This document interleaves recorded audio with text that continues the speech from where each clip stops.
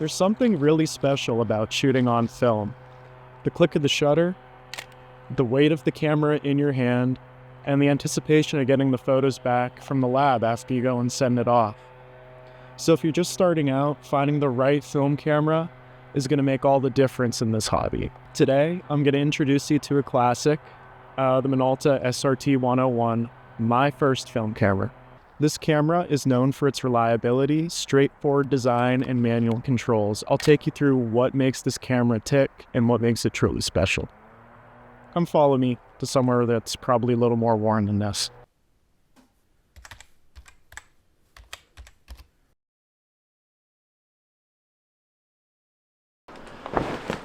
Wow, is it ever cold out there? I am so glad to be back inside. So here's a little bit of brief background on the Minolta SRT 101. The Minolta SRT 101, released in 1966, marked a leap forward in camera technology, embodying Minolta's pursuit of innovation in both design and functionality. Based on elements from the earlier SR7 and the pioneering SR2 from 1958, the SRT 101 introduced several groundbreaking features, notably its full aperture TTL through the lens metering. This feature allowed photographers, like you and me, to measure exposure without needing to stop down the lens, offering seamless shooting and precision. Equipped with a large pentaprism and a double-hinged reflex mirror, the SRT 101 provided a bright viewfinder experience, complete with the microprism focusing aid. The feature made it easy to focus accurately even in low-light situations or with less defined subjects. The viewfinder displayed both shutter speed and a match needle exposure guide. The SRT 101 combined aesthetic appeal with cutting-edge technology, cementing its place as a favorite among photographers like us. That's your history lesson. Yeah, so the SRT 101 has an amazing feel in the hand. You can tell when it's a sturdy camera. It's not one of those late 90s plastic contraptions. You know, it's got a good heft. The coating on the outside is super durable. I've dropped this maybe a couple more times than I'm willing to admit on camera. Super durable camera. In terms of lenses you can get, there's a wide variety from telephoto lenses to these little 50mm lenses. I happen to like the 50 mils. With the f1.7, you get nice bokeh blurring in the background. I showed some sample photos from this camera. Here are some more sample photos that I've taken over the years.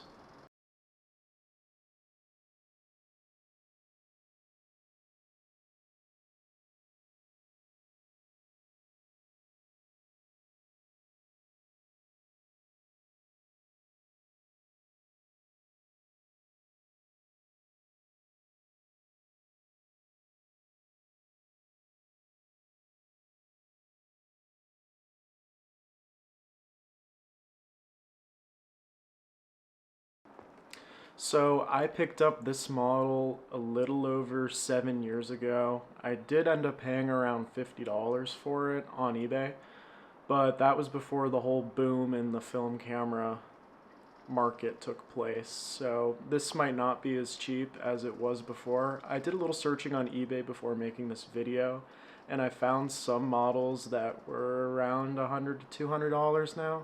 So it's kind of teetering into the land of not so much a beginner's camera, but maybe more intermediate. But if you do have the extra cash to buy one of these, I'd suggest it. It's an all-around great camera. I'd probably pick the SRT 101 over some of the other models that I mentioned in the intro because you get more variability with the shutter speeds on here. I know on some of the earlier models you don't get the 1,000th of a second shutter speed. But if that's something that doesn't matter to you, for affordability, you can go with those earlier models. The one thing with these that you might want to pay attention to before you go out and buy it is make sure that the seller shows you photos of the viewfinder, or if you're out there at like an antique store or somebody's yard sale, I'd make sure that the viewfinder isn't completely crudted up with dust, because that is a little bit of a pain in the butt to go in there and clean yourself. You can do it, but it's a lot of work for a beginner's camera. Like I said in the intro, this model does include a light meter. It does take a small button battery that does go in here. It can get a little corroded, so you might have to force it open. Yeah, it's really handy having the light meter. I use it a lot. I don't tend to carry around my own light metering tool. So it is super helpful to have handy when you're out and about. Going back to the light meter, you want to make sure that this is switched in the off position. If you leave it on, it will drain the battery. It does constantly run if you leave it on, so make sure you swap it to off. So the inside of the camera does include a fabric curtain. It's not a metal one. Other than that, I've never had any issues with it. No issues with light seals, didn't have to replace them even after 70 years now. This thing is still amazing as the first day it was bought. So it does have a self-timer feature. You press this little button here after you pull this down. It's super helpful if you're into taking portraits or photos with your friends, your family. I haven't used it a whole bunch, but it is there. It still works after all these years. So as far as the top of the camera goes, you have your shutter button, your lever. There is a little ISO wheel in here, or ASA wheel that you can change to your film speed, which will correct in the light meter. You have your shutter speed knob, and then your film winding over here, and that pops out the film back like so.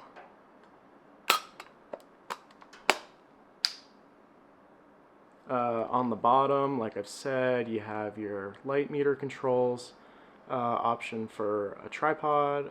This is where the button battery goes for the light meter, and this is your film rewind. Yeah, make sure you have that pressed in when you're going to take your film out, else it will shred your roll of film. How I know that? I don't know. I also forget the name of this button, but it does have a little lockout button for the aperture so that you can see how much light is actually being let in. Never really used it, so that's why I don't really know what it is. These lenses can be taken off and exchanged via this little button right here. If you push it down and then twist, comes off. Super easy. This is the lens that I'm running on the camera right now. It's 50mm 1.7. It's a really good lens. I think I got a good deal on this when I bought the camera. It all came together. If you can find a model with this lens, I highly recommend it. The camera does have a bulb feature, so super helpful for long exposures if you're into those light trail photographies or just super long exposures. Super helpful to have. There is the option to tie in your own shutter release cable here as well, to make sure that you're not vibrating the camera while you're trying to take that long exposure. As far as flashes go with this camera, you're limited to these ports right here. It does not have a hot flash up top. All in all, the SRT 101 is a fantastic camera. If you're looking to get into film photography, it'll definitely last. It's robust. You can pretty much do anything that you want with this camera. You don't have to worry about any of that electronic garbage and googly muck that is in the late 80s and 90s Minolta cameras. Probably want to stay away from those because they tend to go bad after a little bit. The SRT 101, my first film camera. I highly recommend it. If you can afford it, go get one because it is amazing. If you guys enjoy these camera videos, be sure to drop a like, comment what kinds of other cameras you want to see me review in the future, or film stocks. I have a whole bunch. I also have a Yashica TLR that I want to do a review on sometime. If this video gets enough views, I will do that. So yeah, let me know what kinds of videos you guys want to see. And until next time, it's been a pleasure. Peace.